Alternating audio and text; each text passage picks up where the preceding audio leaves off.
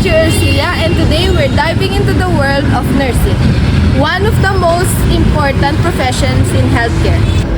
Nurses don't just treat illnesses, they also educate patients and families about their health. I am Ania Jenna G. Calibosa, and we will learn more about that today.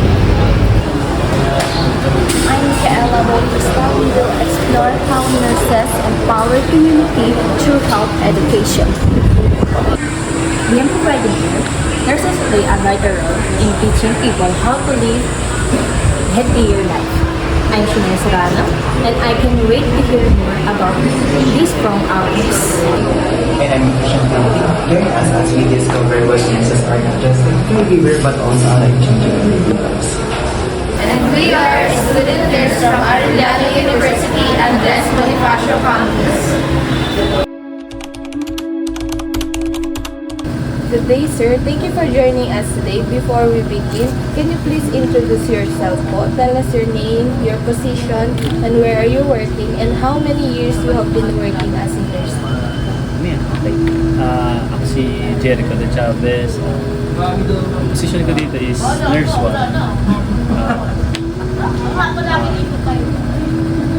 Nurse na ako ng almost 10 years. As a Himalayan nurse, 10 years. Yun. Thank you po.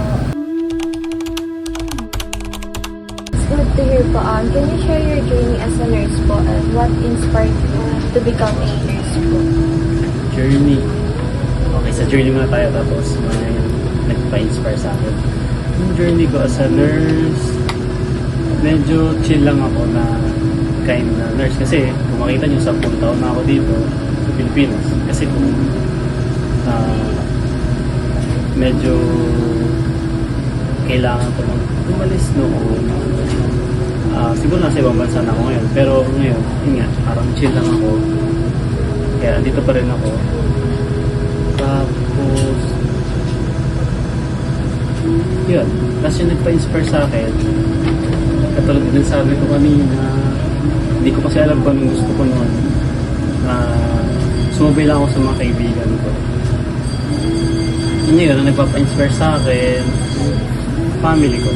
Yun na, sila na yung nagiging motivation ko. Ayun. Hello po. As a nurse, what's your main purpose and roles in the job? Okay, it's a work. Main goal natin dito is ang patient, maging stable sila bago lumabas dito. Mabigay natin yung care, comfort na kailangan nila at saka yung medical intervention na dapat ibigay sa kanila. Ano yung isa? Responsibility. Responsibility natin mga nurses na bigyan sila ng care na deserve nila na kailangan nila kaya sa iyo.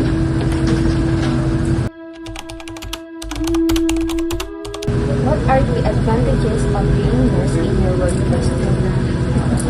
Ayun, isa sa mga advantage ng pagiging nurse dito sa workplace, nakikita natin yung mga progress ng kalusugan ng patient natin. Kasi nung una, ang patient dito, pagpasok pa lang, parang hirap na sila. Tapos, ayun, makikita natin, ayun, maganda na makita natin yung progression ng pagiging hindi naman malusog o halos bumalik sila sa dati nilang gawain. Kasi pag pupunta sila dito, hirap na hirap sila. Tapos makikita natin, after nila, gagaan na yung pakiramdam nila. So siguro, yun yung isa sa magandang nakikita ko na masarap sa feeling makita yun. For the next question po, what are the challenges or in teaching patients and their families po, outpatients? Sige. Pagpunta naman sa challenges sa health teaching sa mga patient at sa relatives, siguro isa doon sa makikita kong challenge is yung Minsan pag ang patient natin o relative is sa educational background, minsan hindi nila nagigets agad, hindi nila na-absorb yung mga health teaching na binibigay natin. So, as a nurse, kailangan natin i-elaborate pa or kailangan natin ipaintindi sa kanila sa abot ng mga kaya natin. Ayun.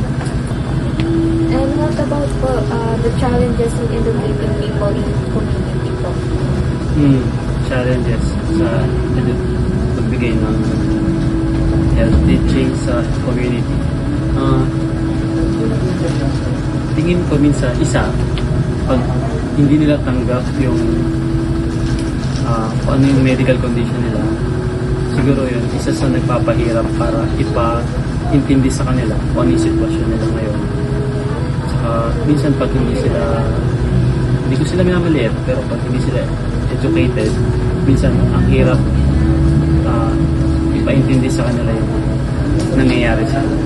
Kaya yan, isa magandang na ipa-intindi mo sa abot ng mga kaya mo. Ayan. Next question po is being a nurse a rewarding po? Like, what keeps you motivated po as a nurse every day? Oo naman, tingin ko naman is rewarding yung isang pagiging nurse. Lalo sa family, sa atin, dito sa mga kaibigan. Kasi minsan, meron silang hindi alam or hindi nila maintindihan yung mga bagay-bagay na regarding sa health. Minsan, sa amin sila lumalapit. At tingin ko naman, minsan nakakatulong naman ako sa kanila. Kaya, tingin ko naman rewarding. Ano po yung isa? Ano po, what keeps you motivated to continue this work? Okay, yun. Nagiging motivated ako ngayon sa panahon ngayon dahil sa family ko.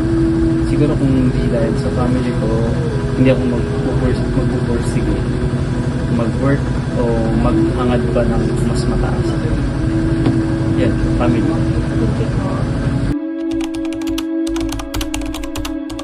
How do you make sure that your patient and their families understand the health education you provide? Yun. Ini-make sure ko na naintindihan na pasyente at relative nila sa pamamagitan ng health teaching. Sinisigurado ko bago sila umalis dito kahit paulit-ulit ako, ipapaintindi ko sa kanila kung ano yung sitwasyon nila ngayon. Yan, maging pursigido lang ako na magbigay ng health teaching. Kung ano yung alam ko, pag di ko alam, syempre, doctor, tapos tsaka ko siya pinapaintindi sa mga patient. Can you share a memorable experience where your health education had a positive impact on a patient or a client? Okay. Isang memorable experience na tingin ko palagi ko siyang na-experience. Kasi nga parang para bang prinsipyo ko na yun ipa-intindi sa kanila o magbigay sa kanila ng health teaching kasi fulfilling yung pag nakikita mo silang naiintindihan nila na yun pala yung nangyari. Tapos nag-guarantee ko na naintindihan nila kasi ako lagi yung hinahanap sa kanila at tingin ko naintindihan naman nila yung sinasabi ko. Ayun. Finally, how important is health education in nursing? Health education. Sobrang importante ng health education. Pwede nga yun yung sa purpose natin kung bakit tayo magiging nurse. Yung mag-educate tayo.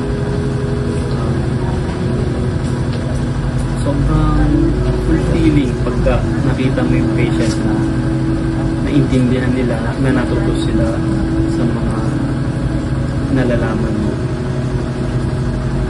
Yan, kaya sobrang importante niya. And today we've seen that nurses are more than just a professionalism. They are teachers, advocates, and everyday heroes who make an impact beyond hospital walls.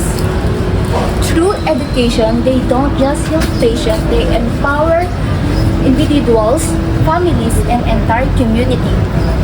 And every behind decisions, and every informed choice, and every recovered patient. There's some nurses who took time to educate, guide, and care. Thank you for being the heart, the hands, and the hope of healthcare. Bye.